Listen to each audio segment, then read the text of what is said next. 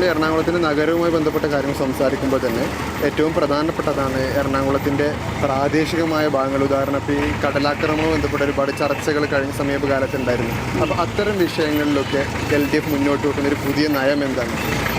അതിപ്പോൾ ഏറ്റവും നല്ലൊരു ഉദാഹരണം ചെല്ലാനത്ത് ഒരു മഴയ്ക്ക് അല്ലെങ്കിൽ മഴയുടെ ആരംഭത്തിൽ അല്ലെങ്കിൽ ഏതെങ്കിലും ഒരു സൈക്ലോണിക് ആയിട്ടുള്ള ഒരു സംഭവം ഉണ്ടായാൽ ഏറ്റവും കൂടുതൽ ദുരിതം അനുഭവിക്കുന്ന ഒരു പ്രദേശമായിരുന്നു ചെല്ലാനം. ആ ഭാഗം അവരുടെ വീടുകൾ നശിക്കുന്നു, വീട്ടു സാധനങ്ങൾ നശിക്കുന്നു, വീണ്ടും ജീവിതം പുതുതായി ആരംഭിക്കേണ്ട ഒരു സാഹചര്യം വരുന്നു. ഗവൺമെൻറ്റിനും ധാരാളം പണം അതിന് മുടക്കേണ്ടി വരുന്നു. പക്ഷേ ആ പണം മുടക്കിന് അതൊരു ശാശ്വത പരിഹാരമാകുന്നില്ലതാനും.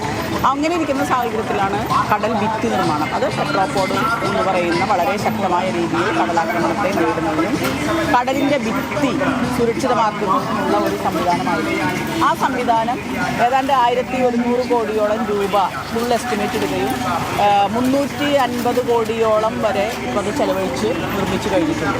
അപ്പോൾ അതുതന്നെ ഇപ്പോൾ ഞങ്ങളവിടെ ചെല്ലുമ്പോൾ അവിടുത്തെ ജനങ്ങൾ വളരെ ആത്മവിശ്വാസത്തിലും പ്രതീക്ഷയിലും സന്തോഷത്തിലുമാണ്. അപ്പോൾ അതിൻ്റെ തുടർച്ച വീണ്ടും നടന്നുകൊണ്ടിരിക്കുകയാണ്.